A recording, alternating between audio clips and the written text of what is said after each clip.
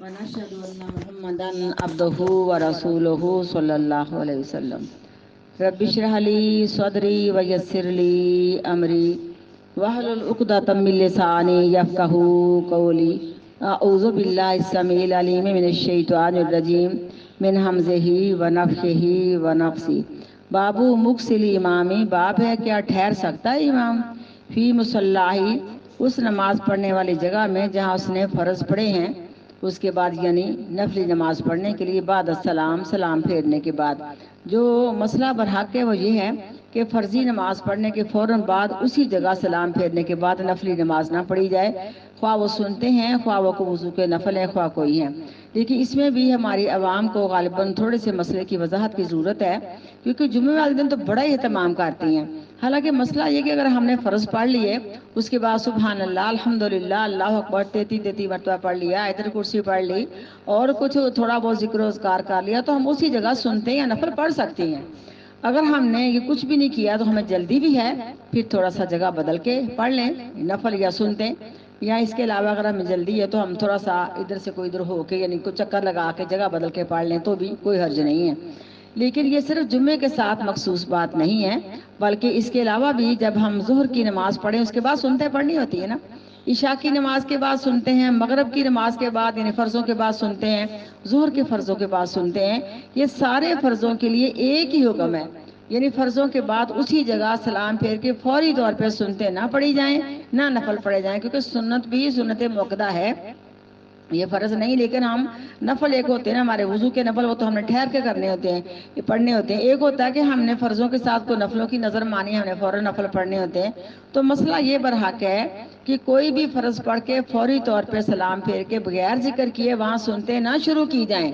بلکہ یہ اللہ کا ذکر کر لیا جائے یا جگہ بدل لی جائے تو یہ ٹھیک ہے، اور یہ اچھی طرح ماشاءاللہ آپ کو پتا ہے۔ لیکن آپ نظر رکھا کریں، اور کیونکہ جمعے والے دن میں نے عورتوں کو دیکھا کہ ذکر بھی کر لیتی ہیں، دعا بھی کر لیتی ہیں، آپس میں بات بھی کر لیتی ہیں، پھر سنتے پڑھنے کے لیے جگہ بدلتی ہیں، یہ زیادتی ہے۔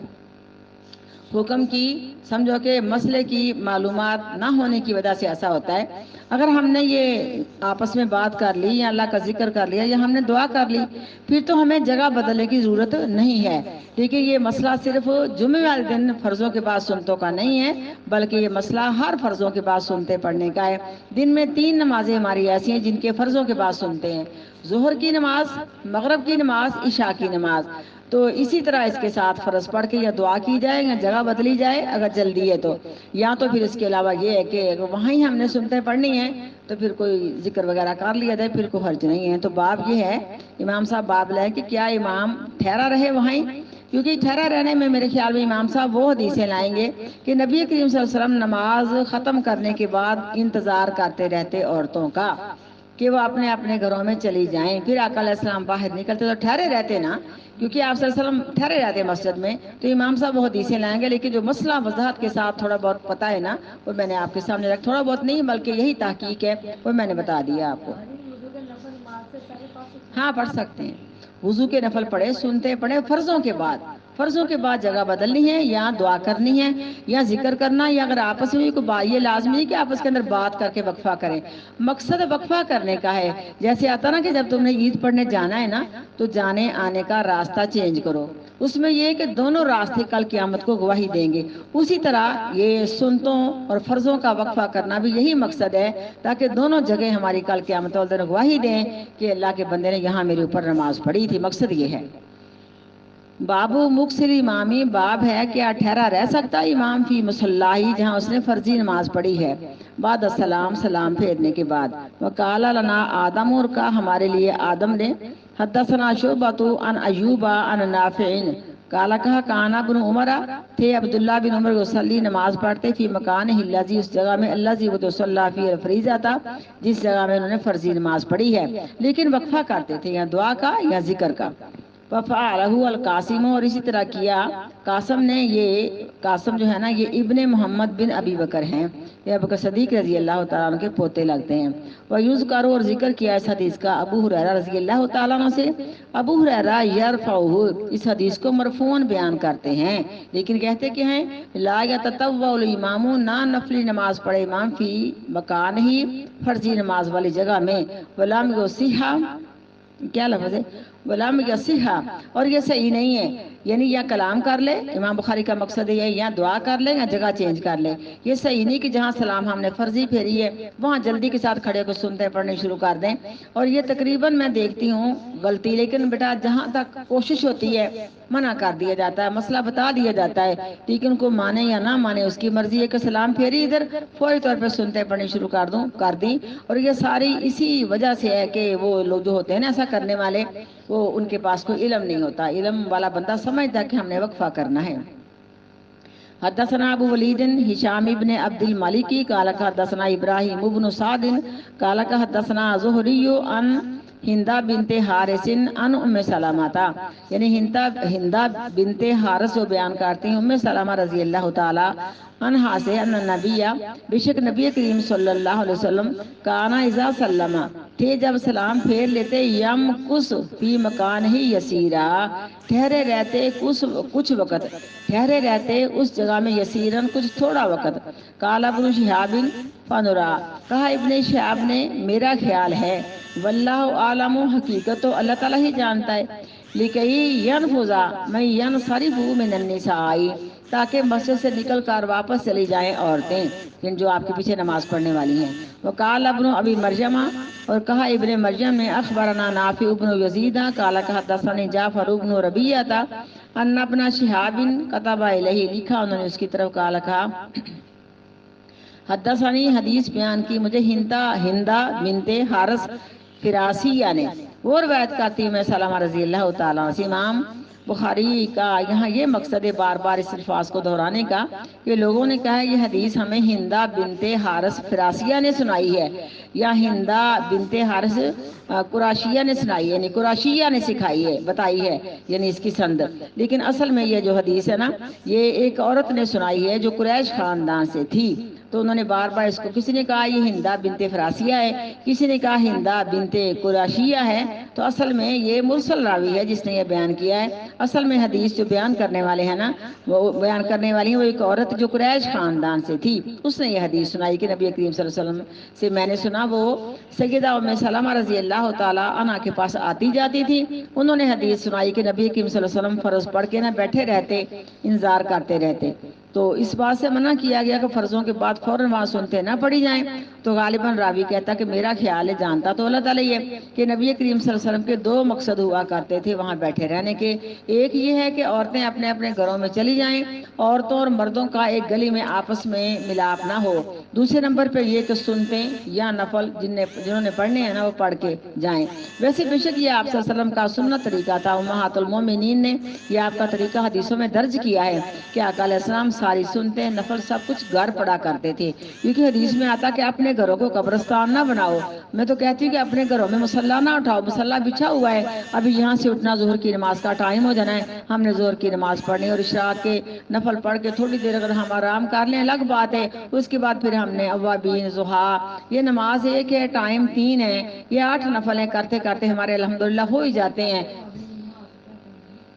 اوابین کا ٹائم اس وقت ہوتا ہے حدیث میں، اوابین کا لغت کے حساب سے معنی بنتا ہے. میری کتاب کا مطالعہ کیا کریں، نماز مسنون، اس میں سارا کچھ میں نے لکھا ہوا الحمدللہ، کہ جس وقت اونٹنیوں کے بچوں کے پاؤں سڑنے لگ جائیں، جلنے لگ جائیں، یہ وقت 10:30 سے لے کے 11:30 تک ہے، یعنی زوال سے پہلے پہلے ٹائم ہے، ظہر کی نماز سے پہلے پہلے. اور نماز ضحیٰ آپ نے اس وقت پڑھی کہ دن کا چوتھا حصہ گزر جائے، یہ تقریباً 9 ساڑھے 9 کا ٹائم ہے. اور نماز اشراق آپ نے سورج نکلنے سے 20 منٹ بعد پڑھی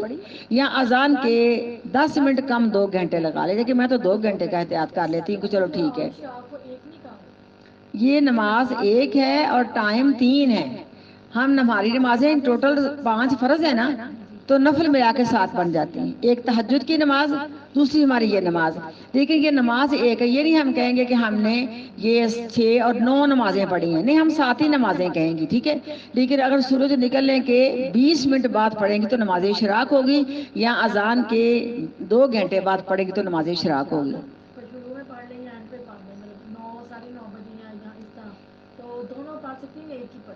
نہیں، ٹائم 3 الگ الگ ہیں. دیکھو نا اشراق کے ٹائم پہ تو 2 نفلیں 4 بھی آپ نے پڑھے، میں تو اس وقت پڑھ کے تھوڑا سا لیٹ جاتی ہوں، ٹھیک ہے۔ اب یہ آپ کو پتا ہے کہ نہیں میری مصروفیت ناشتے وغیرہ کی ہے، تو باقی اس کے علاوہ جب پہلا وقت تھا تو میں سارا کچھ کر کے لیٹتی تھی، تو اس کے بعد جب ہم نے اٹھنا ہے تو پھر ضحیٰ کے نفل پڑھنے۔ اب یہ 10:30 کلاس ہوتی تو میری مجبوری اینڈ میں نے سلام پھیری تو آپ آ گئی ہیں، لیکن ہوتا ہے کہ میں 11 بجے تک ختم کرتی تھی، لیکن اب 11 بجے کا ٹائم کرے ہمارا حدیث کا لیسن نہیں ہو سکتا۔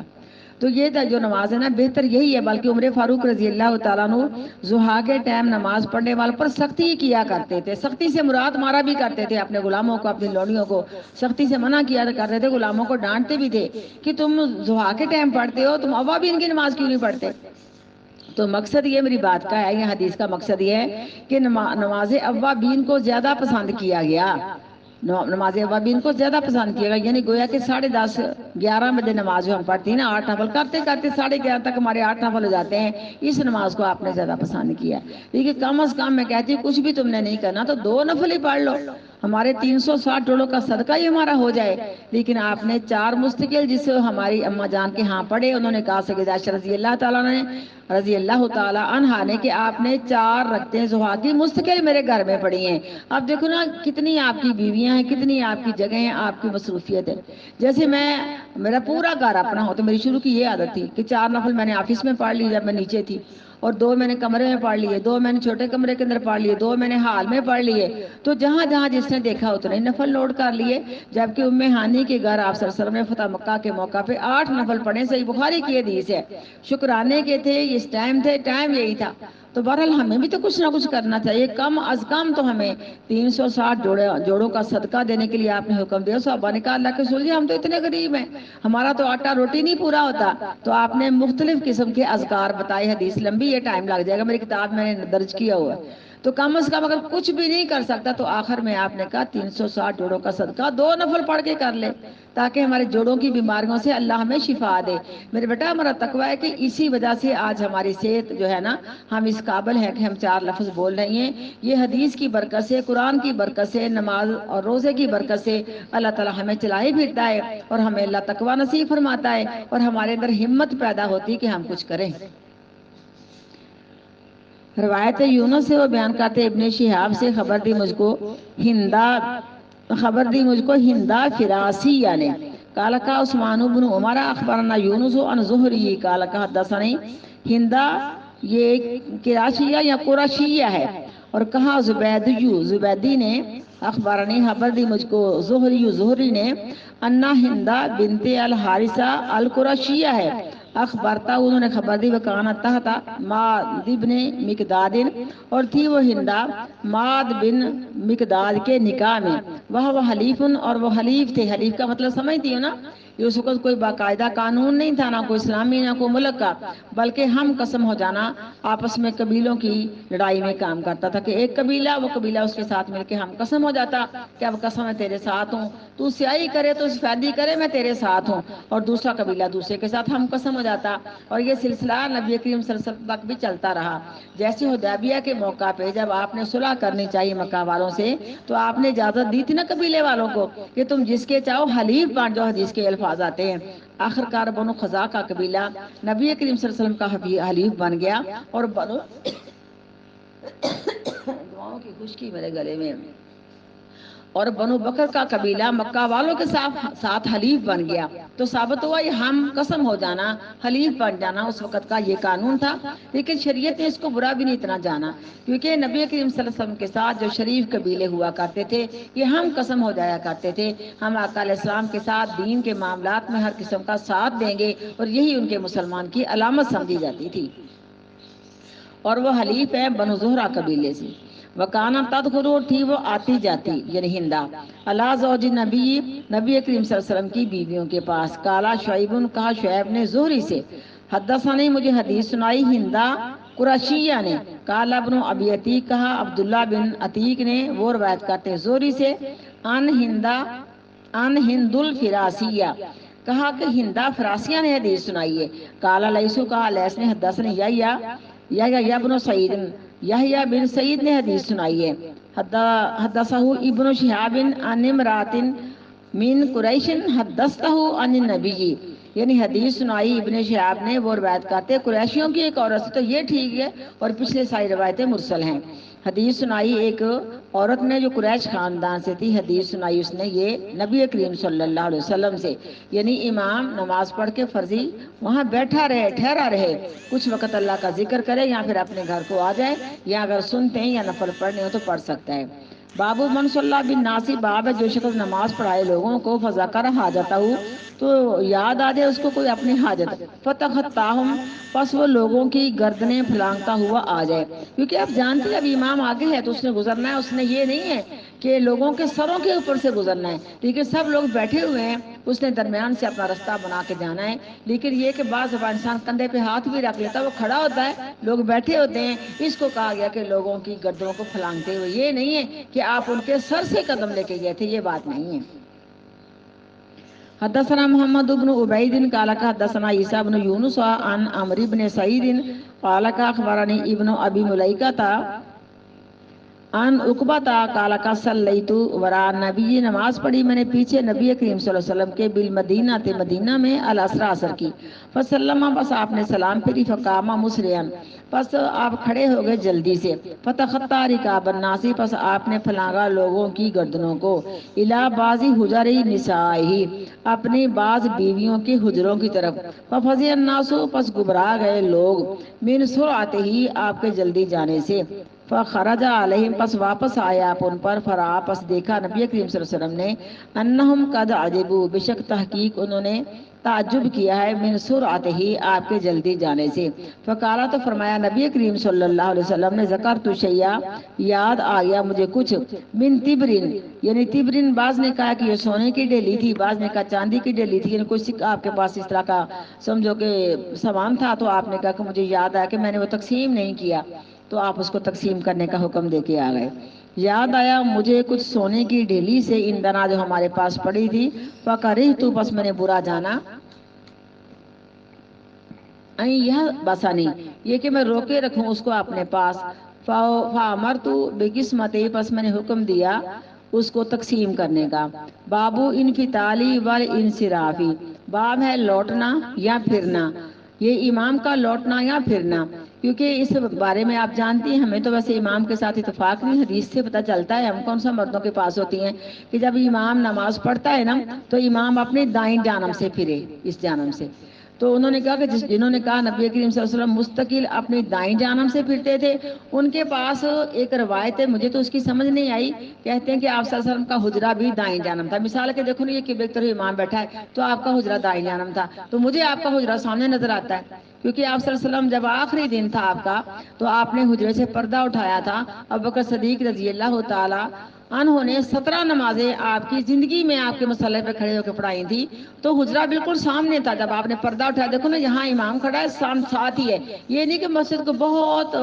زیادہ وسیع تھی، بالکل آپ کا جو مصلی تھا نا، آپ کے حجرے کے ساتھ ہی تھا، جب پردہ اٹھایا بکر صدیق رضی اللہ عنہ نماز پڑھا رہے ہیں، آپ خوش ہوئے، مسکرائے کہ شکر یا اللہ، میرا مصلی بھی مصروف ہے اور میری مسجد بھی ماشاءاللہ بارونق ہے، یعنی مصلی میں امام بھی کھڑا ہے اور میری مسجد بھی بھرپور ہے۔ تو جب آپ نے پردہ اٹھایا نا، صحابہ کرام کی نظریں تھوڑی سی سامنے آئیں، یوں لگا کہ وہ نماز توڑ بیٹھیں گے، اور سمجھا انہوں نے یہ کہ آقا علیہ السلام تشریف لانا چاہتے ہیں مسجد میں، تو تھوڑا سا پیچھے ہٹے بکر صدیق رضی اللہ عنہ کہ میں پچھلی صف میں آ جاؤں، آپ آگے آگے کھڑے ہو جائیں، تو اتنے میں آپ نے جب دیکھا تو آپ نے پردہ لٹکا دیا، تو مجھے تو آپ کا حجرہ جو ہے نا قبلہ کی جانب ہے، وہ کہتے ہیں کہ آپ کی دائیں جانب تھا، آپ جب بھی سلام پھیرتے اپنی دائیں جانب سے پھرتے، کیونکہ آپ کی بیوی سیدہ عائشہ رضی اللہ تعالیٰ عنہ کا حجرہ دائیں جانب تھا، تو مجھے تو اس کی سمجھ نہیں آتی۔ مسئلہ اصل میں یہ اس بات میں آئے گا، جو شخص یہ کہے کہ امام مستقل اپنی دائیں جانب سے ہی پھرے سلام پھیرنے کے بعد مقتدیوں کی طرف، سمجھ آ گئی ہے نا، اس شخص نے زیادتی کی، شیطان کا اس پہ داؤ ہے۔ کہتے ہیں صحابی کہ میں نے خود دیکھا نبی کریم صلی اللہ علیہ وسلم سلام پھیرنے کے بعد کبھی بائیں جانب سے مقتدیوں کی طرف منہ کر لیتے، کبھی آپ دائیں جانب سے منہ کر لیتے، اس کے بعد آپ ذکر و اذکار کرتے اٹھ جاتے۔ تو یہ مسئلے کی وضاحت جو ہمیں انشاءاللہ حدیث کو پڑھ کے ملتی ہے، اپنے پاس سے یہ ایشو کسی بات کو بنا لینا کہ یہ ایسا کیوں ہوتا ہے ویسا کیوں ہوتا ہے، یہ بے دلیلی بات کرنے کی مسلمان کی عادت نہیں ہونی چاہیے، مسلمان تحقیق کر کے بات کرتا ہے۔ باب ہے لوٹنا یا پھرنا امام کا، انل یمینی دائیں جانب، بشمالی یا دائیں جانب، یعنی دائیں جانب یا بائیں جانب. وکانا انس بن مالکین اور تھے انس بن مالک ینفتلو نماز پڑھ کے پھرتے این یمین ہی و این یسار ہی. کیونکہ انس بن مالک وہ شخصیت ہیں جنہوں نے نبی کریم صلی اللہ علیہ وسلم کی خدمت 10 سال کی ہے. جو 10 سال ایک شخص کے ساتھ ہی جڑا رہتا ہے کیونکہ سمجھو کہ وہ نوکر تھے. کیا شان ہے ایسے نوکر کی. میں کہتی کہ آقا علیہ الصلوۃ والسلام آقا ہیں سمجھو. یعنی یہ ایسی حیثیت ہے. کہتے کہ 10 سال میں کبھی نہیں جھڑکا کبھی نہیں ڈانٹا اتنا مجھے پیار دیا آپ صلی اللہ علیہ وسلم نے. لیکن جب تھوڑا سا سیانے ہوئے چھوٹی سی ان کی عمر ہے ان کی اماں جان نے یا ان کے میاں صاحب طلحہ نے حکم دیا کہ اس کو تیار کرو میں اللہ کے رسول کی خدمت میں چھوڑ آتا ہوں. جیسے ہم کسی کو ایڈمیشن دیتی ہیں کسی اچھے مدرسے میں کہ بہت بڑا عالم ہے اس کے پاس ہی ہمارا جو بچہ ہے نا ہاسٹل میں داخل ہو جائے. لو اس سے بڑی کوئی سعادت ہے. وہ نماز پڑھ کے کہتے ہیں کہ آپ دائیں جانب پھرتے تھے اور بائیں جانب. اسی طرح میں نے بھی کبھی سلام پھیرنے کے بعد باجماعت نماز پڑھانے کے بعد میں کبھی دائیں جانب پھرتا کبھی بائیں جانب سے پھرتا یعنی مقتدیوں کی طرف. اور تھے انس بن مالک پھرتے یا لوٹتے این یمین ہی و یسار ہی دائیں جانب سے بھی اور بائیں جانب سے بھی. ویعیبو انس بن مالک عیب لگاتے اللہ ان شخصوں پر میں یتوخا جو خام خواہی اس حدیث کو بیان کرتے ہیں. ومن تعمد الانفتال عن یمینہ اور وہ شخص جن کا ارادہ ہے کہ بس صرف امام دائیں جانب سے ہی پھرے. یعنی انس بن مالک عیب لگاتے ہیں کہ یہ بات صحیح نہیں ہے یہ شریعت میں اضافہ ہے. حدثنا ابو ولید قال حدثنا شعبۃ عن سلیمان عن عمارة بن عمیر عن الاسود قال قال عبداللہ بن مسعود رضی اللہ تعالی عنہ نے لا یجعل احدکم للشیطان شیئا من صلاتہ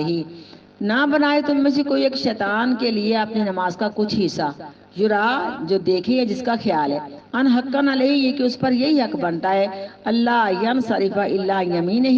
یہ کہ نہ پھرے وہ نماز پڑھا کے مگر صرف اپنی دائیں جانب. یعنی کہتے ہیں کہ اس نے شیطان کو نماز دے دی اپنی. لقد رأیت النبی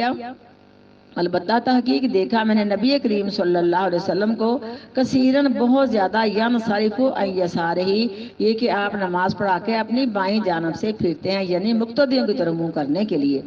بابو ما جاء فی الصوم نیجی والبصل والقراس. باب ہے جو شخص لہسن کھا کے آئے یا کچا لہسن کچا پڑھ لیتے ہیں کچے لہسن کے بارے میں اور کچے پیاز کے بارے میں اور قراس اسے گندنا کہا جاتا ہے. میرے خیال میں یہ مولی ہے کیونکہ مولی اور پیاز اور لہسن کی سمیل اگر پکایا ہوا نہ ہو تو مولی یا مونگرے یہ ایسی چیز ہے کہ اس کی سمیل بعض ہم مونگرے بنانے کے اندر بھی اتنی اچھی نہیں آتی.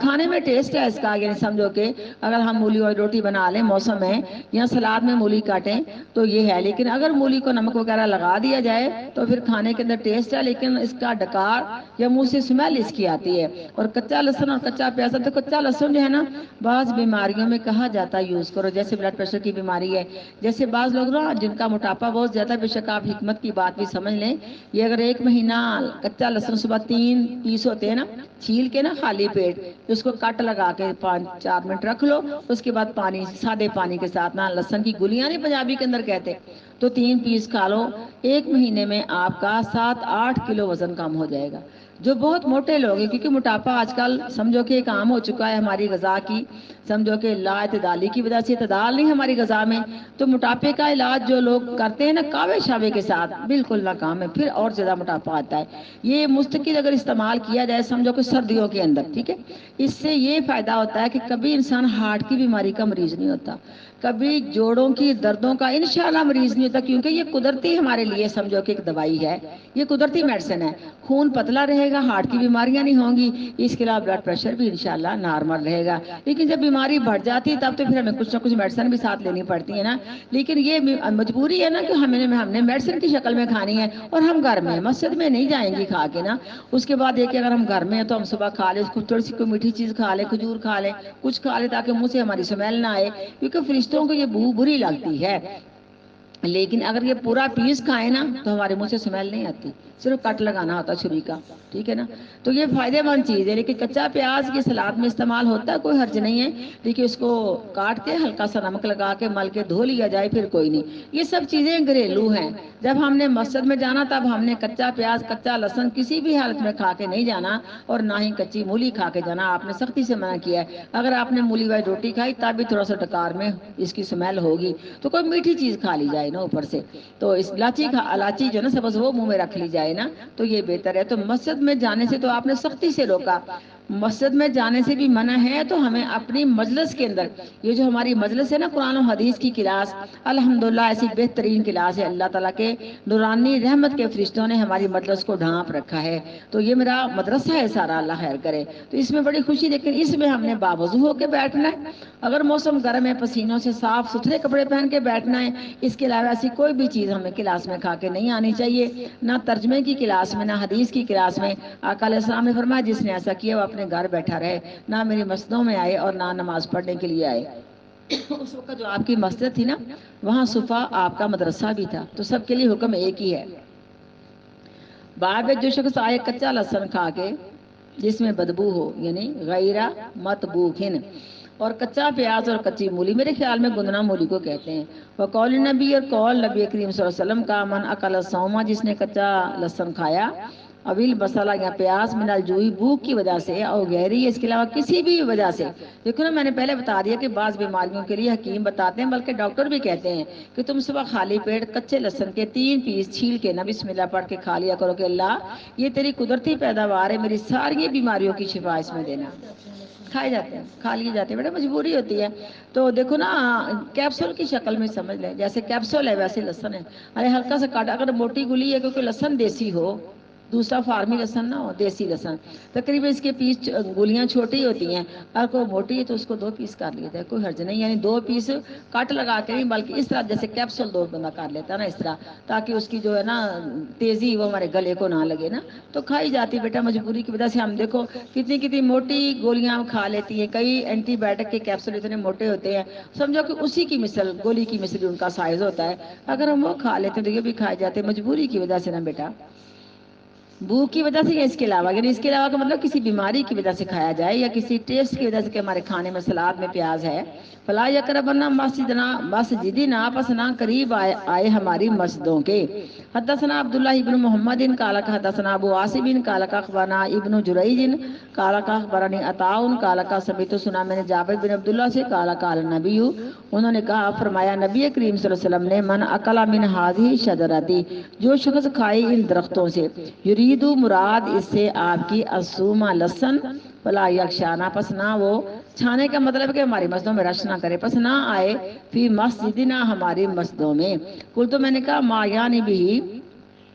اس کا مطلب کالا کا ماورا ہو، یعنی اس کا مطلب کیا ہے، کیوں ایسا کرے، فرمایا اپنے ماورا، میرا خیال ہے یعنی کہ آپ نے فرمایا تھا الا نیہو، یعنی کچا، نی آہو یہ کچے لہسن کو کہتے ہیں۔ وکالا مخلد ابن یزید عن ابی جریج، انہوں نے کہا ہے لا نتنہو، یعنی اس کو پکا کر کھایا جائے گا، یعنی کہتے ہیں کہ مخلد بن یزید نے کہا ہے ابن جریج سے بیان کر کے، لا نتنہو کہ اس کو پکا کے کھایا جائے گا۔ حدثنا مسدد کا، کیونکہ لہسن ہنڈیا میں ضرور لازمی ہوتا ہے، ادرک بھی ہوتا ہے۔ اب دیکھو لہسن کے متعلق کافی دن ہو گئے، کلپ میرے گروپ میں آیا تھا کہ یہ جو بلڈ پریشر کا مسئلہ ہے، پیٹ میں گیس کا مسئلہ ہے، گھٹنوں کی دردوں کا، بڑی چیزیں لکھی ہوئی تھیں، اور وہ بھی جو ہمارے اندر جنرل بیماریاں پائی جاتی ہیں، کیونکہ نسخہ بتانے میں کوئی حرج نہیں، کسی کو موافق بھی آ سکتا ہے نا۔ انہوں نے کہا تھا کہ لہسن، ادرک، اناردانہ، پودینہ، یہ 4 چیزیں ہیں، ان کو ہم وزن کیا جائے، ٹھیک ہے، لہسن بھی کوٹ کے رکھ لو، ادرک بھی کوٹ کے رکھ لو، اناردانہ بھی، اور ساتھ یہ پودینہ بھی،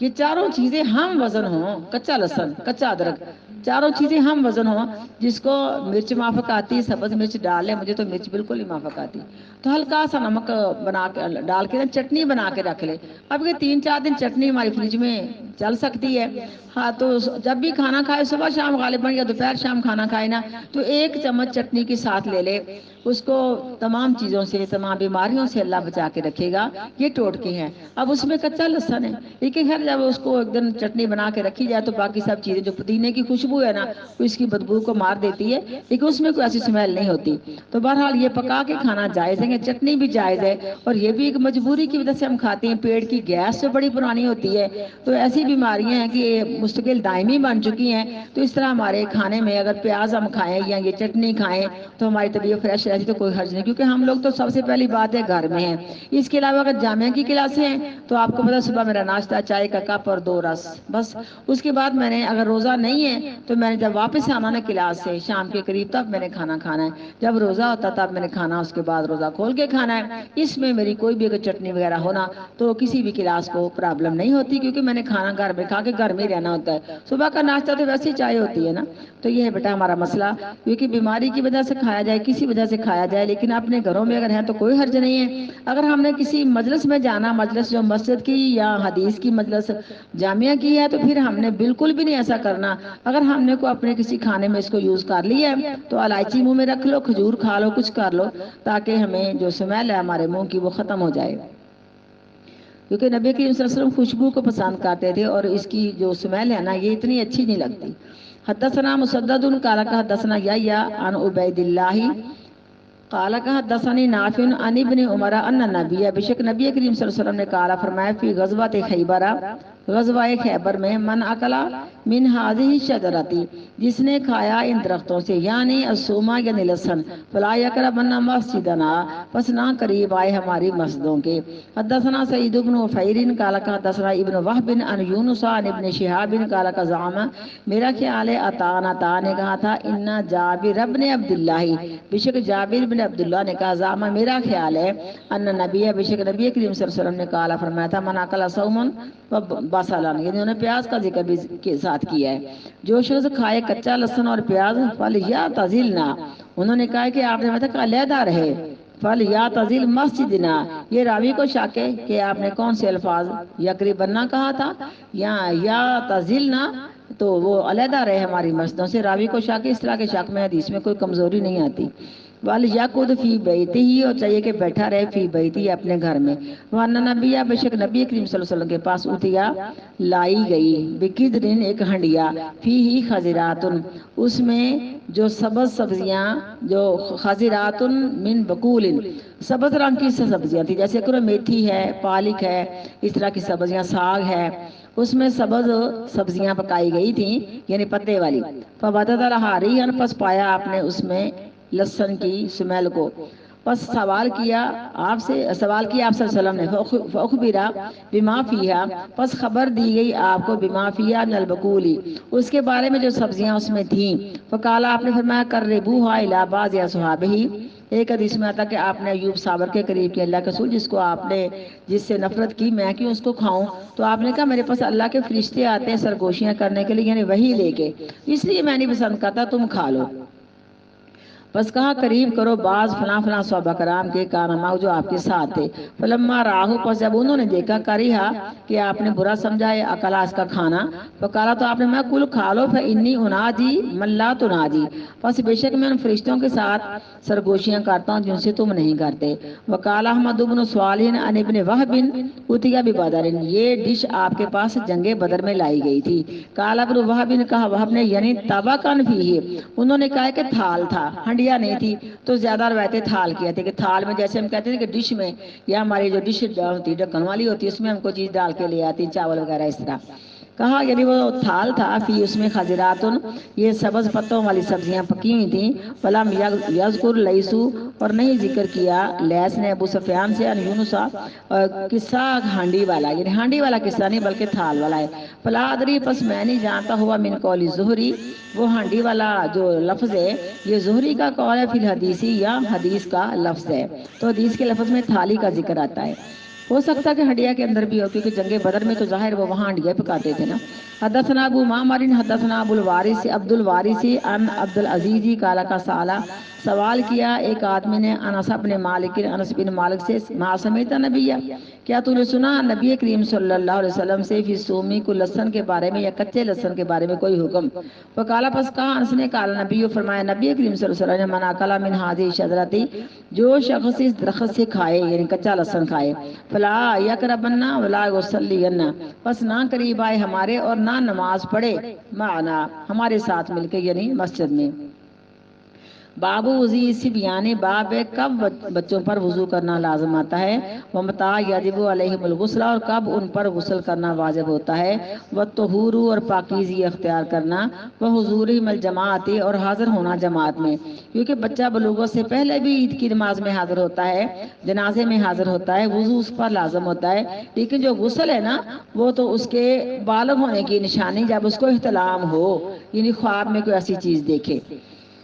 جیسے لڑکیوں کا مینسز کا آ جانا اور لڑکوں کا یہ احتلام، یہ شرط آتی بلوغت کی، لیکن یہ لازمی نہیں ہے کہ ان کو خواب میں کوئی ایسی چیز نظر آئی ان کے کپڑوں میں منی تب وہ بالغ ہوئے ہیں، بلکہ بلوغت کی دوسری نشانی داڑھی مونچھ کا پھوٹ آنا اور بغلوں کے بال، کیونکہ جب یہ قریظہ کے قیدی آپ کے پاس لائے گئے تو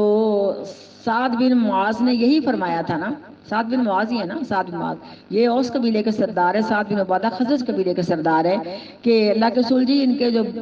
بالغ ہیں نا ان کو قتل کر دو جنگ کرنے والے، اور جو ان کی عورتیں اور بلوغوں سے پہلے بچے ہیں ان کو آپ قیدی بنا لو، چھوڑ دو، مال سارا مسلمانوں میں تقسیم کر دو۔ تو اس وقت کے قریظہ والے کہتے کہ آقا علیہ السلام ہمیں چیک کرتے تھے، جس کے زیر ناف بال اگے ہوئے ہوتے تو ان کو چھوٹے بچے نہیں سمجھتے تھے بلکہ ان کو بالغ سمجھتے تھے، اور جن کے بال نہ اگے ہوتے تو ان کو بچے سمجھ کے اپنے مدرسے میں داخل کروا لیتے۔